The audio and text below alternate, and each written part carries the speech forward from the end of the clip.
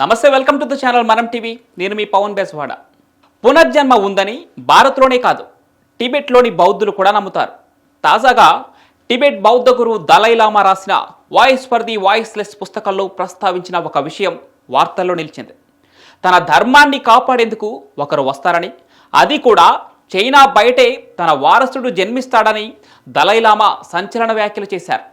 తన పునర్జన్మ టిబెట్ బయట జరగొచ్చని, అది భారత్లో కూడా కావచ్చని వివరించారు దలైలామా.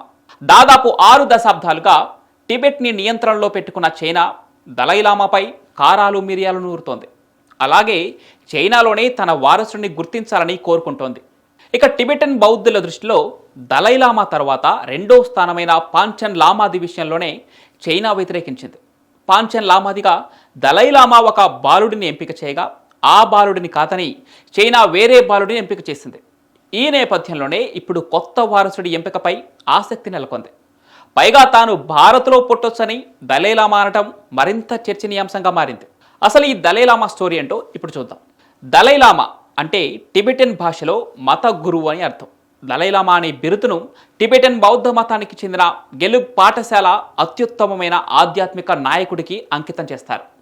బౌద్ధ మతంలో వారి గురువులు మళ్లీ జన్మిస్తారని నమ్ముతారు. ప్రస్తుతం ఉన్న దలైలామా 14వ వ్యక్తి. 1935లో పుట్టిన 14వ దలైలామా తన రెండవ ఏటనే 13వ దలైలామాకు చెందిన కొన్ని వస్తువులను గుర్తించారు. దీంతో ఆయనను 13వ దలైలామా వారసునిగా ప్రకటించారు. 1950లో దలైలామాగా పట్టాభిషేకం చేశారు. చైనా టిబెట్ను ఆక్రమించుకోవడంతో 1959లో 14వ దలైలామా భారతదేశానికి వచ్చేశారు. అప్పటి నుంచి హిమాచల్ ప్రదేశ్లోని ధర్మశాలలో ప్రవాస జీవితం గడుపుతున్నారు. ఇక టిబెట్ స్వాతంత్ర్యం కోసం ధర్మశాల నుంచే ప్రయత్నాలు కొనసాగిస్తున్నారు. తన శాంతియుత పోరాటానికి 1989లో నోబెల్ బహుమతి కూడా పొందారు. ఈ నేపథ్యంలోనే ఇప్పుడు తన కొత్త వారసుడి ఎంపికపై కొంత ఆసక్తి నెలకొంది. పైగా తాను 16వ దలైలామాగా భారత్లో పుట్టొచ్చని అనటం మరింత చర్చనీయాంశంగా మారింది.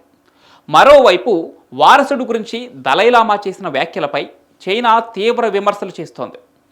టిబెటన్ల ప్రతినిధిగా ఉండేందుకు ఆయనకు ఎటువంటి అర్హత లేదని, దలైలామాతో సహా బౌద్ధ గురువుల పునర్జన్మలు దేశ నిబంధనలకు లోబడి ఉండాలని అంటోంది చైనా.